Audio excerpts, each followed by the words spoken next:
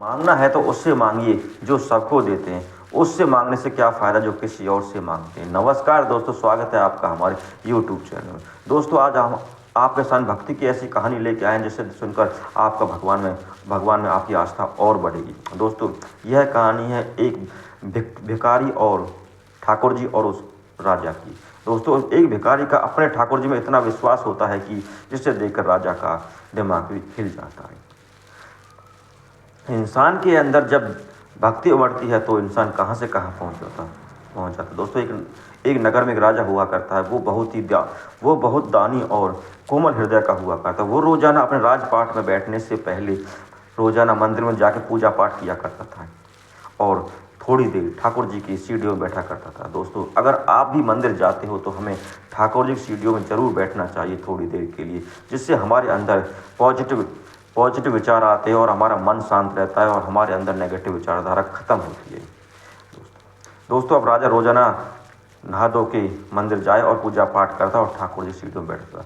एक दिन राजा ठाकुर जी सीढ़ियों में बैठा हुआ था तो उसके सामने दो भिक्षुक आते हैं। एक भिक्षुक भगवान से कहता है कि हे भगवान मुझे इतना दीजिए कि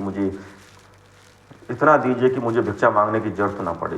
दूसरा भिक्षुक राजा से बोलता, राजा साहब अगर आपका मुझे कुछ देने का मन हो तो मुझे इतना दीजिएगा कि मुझे आगे भिक्षा मांगने की जरूरत ना पड़े।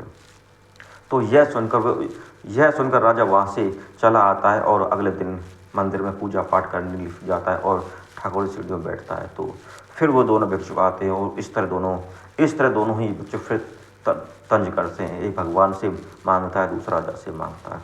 यह सुनकर राजा का जो मन है वो उसमें कुछ कुलबुलाहट होने लगती है। वो अपने दरबार में आता है और अपने मंत्रियों और राज दरबार में इस बात की चर्चा करता है। तो जब मंत्री चर्चा करता है तो मंत्री इस बात बोलते हैं कि राजा साहब जो भगवान से मांग रहा है उस पर तो सब बात की मौज है, भगवान उसे सब कुछ अपने आप दे देगा।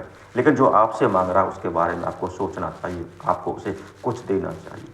तो राजा जब सोचता है तो वो कहता है कि मैं उसे कुछ बहुत सारी सोने के सिक्के दे दूंगा जिससे उसे जिंदगी भर मांगने की जरूरत नहीं पड़ेगी। वो आराम से अपना भक्ति में लीन रहेगा, खाएगा पिएगा और भक्ति में लीन रहेगा।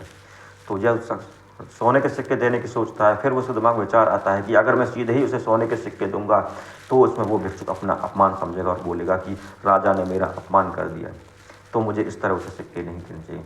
बहुत सोचने के बाद उसके दिमाग में ख्याल आता है कि वह घर से खीर बनवाता है और खीर के पात्र में बहुत सारे सोने के सिक्के डाल के ले जाता है और अगले दिन मंदिर में पहुंच जाता है।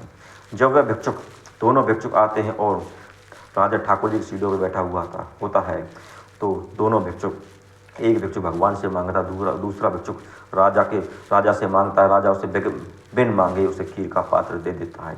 खीर का पात्र देने के बाद वह उस भिक्षुक पर हंसता है, देख तेरा भगवान तो पत्थर का है, उसने तुझे कुछ नहीं दिया। मैंने राजा साहब से मांगा, राजा ने मुझे खीर दे दी, मेरा आज खाने पीने का जुगाड़ हो गया। तो इस पर वह राजा वहाँ से चला आता है। वह भिक्षुक उस मंदिर में बैठकर उस खीर को खाने लगता है। जब उसका पेट भर जाता है और खीर बच जाती है तो वह उस पात्र को दूसरे भिक्षुक को दे देता है।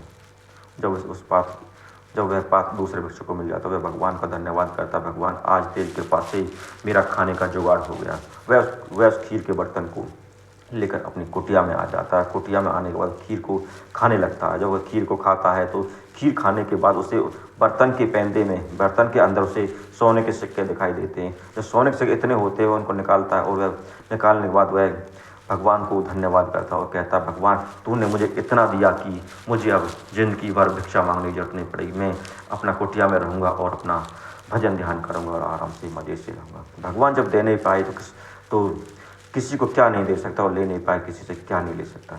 अगले दिन राजा फिर मंदिर में जाता है और वह भिक्षुक फिर मंदिर की सीढ़ियों पर राजा के सामने खड़ा होता है। अब राजा देखता है कि एक जो भिक्षुक भगवान से मांग रहा था वो तो भिक्षुक वहाँ आया नहीं था और जो राजा से मांग रहा था वो वहीं पे आ गया था।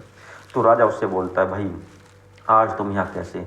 तो वह भिक्षुक बताता है, भिक्षुक कहता है कि महाराज राजा साहब हमारा तो ये रोज़ का काम, अगर हम मांगेंगे नहीं तो हम खाएंगे क्या?